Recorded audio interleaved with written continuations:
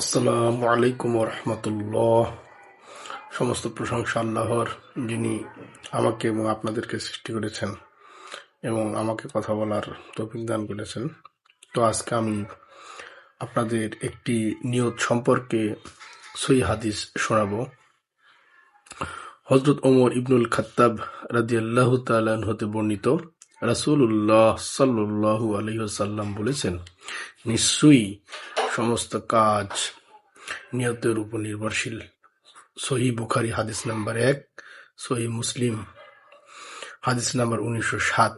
অতএব এই হাদিস ব্যাখ্যা করলে এটাই বোঝা যায় যে সমস্ত ভালো কাজ শুরু করার আগে অবশ্যই আমাদের ভালো নিয়ত করে নিতে হবে, তাহলেই আমরা এর কাজের ভালো কিছু পাবো।